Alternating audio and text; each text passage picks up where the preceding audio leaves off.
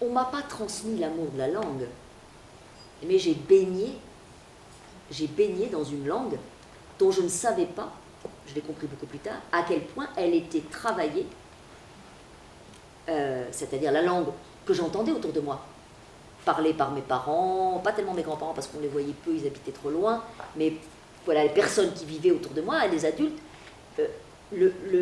la langue qu'ils parlaient, qu'ils parlent toujours d'ailleurs, hein, mes parents sont nés en 1937, vous voyez, donc ils sont bien vivants, hein, était très travaillée et portait en creux l'inscription de ce que moi j'appelle le patois, hein, puisque mais jusqu'à mes parents, c'était la langue première.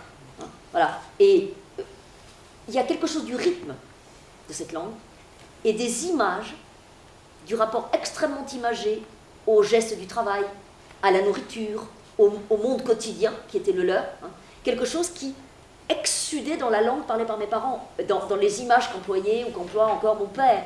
Et mes livres sont pleins de ces formules-là, je ne les invente pas, je les ai entendues.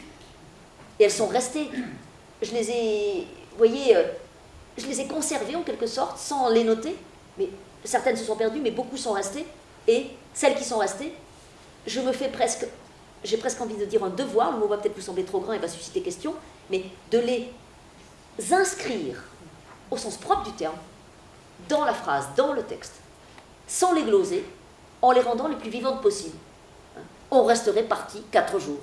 C'est le début des pays. Hein. Faire maison. Vous voyez? Bon, ces deux-là me viennent à l'esprit, il y en a beaucoup d'autres. Parfois, c'est un mot seulement. Le mot sagne pour un terrain marécageux.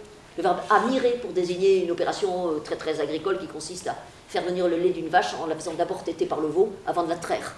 Par exemple, vous voyez, ça c'est dans Joseph. Vous voyez? Donc, il y a le tombé fourbu, là aussi. Le tombé fourbu, ça c'est mon frère. Et ça c'est tout récent, c'est cet été. Hein, c'est lui qui m'a employé cette expression. Alors vous voyez, quand je vais à l'école, au CP, que j'apprends à lire et à écrire, j'aime immédiatement l'école et l'école même. Et j'entends tout de suite le hiatus entre le « on resterait parti 4 jours » et puis la langue de l'école, je ne suis pas idiote.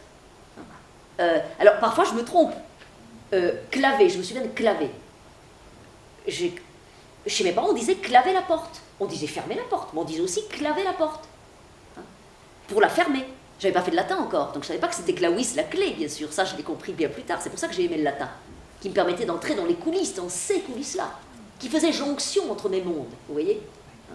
Bon, mais, donc, quand je suis en 5e dans une rédaction, j'écris claver la porte. Je me fais incendier.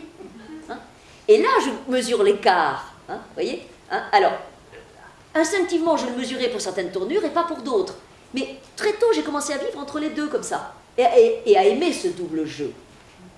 Ce double jeu.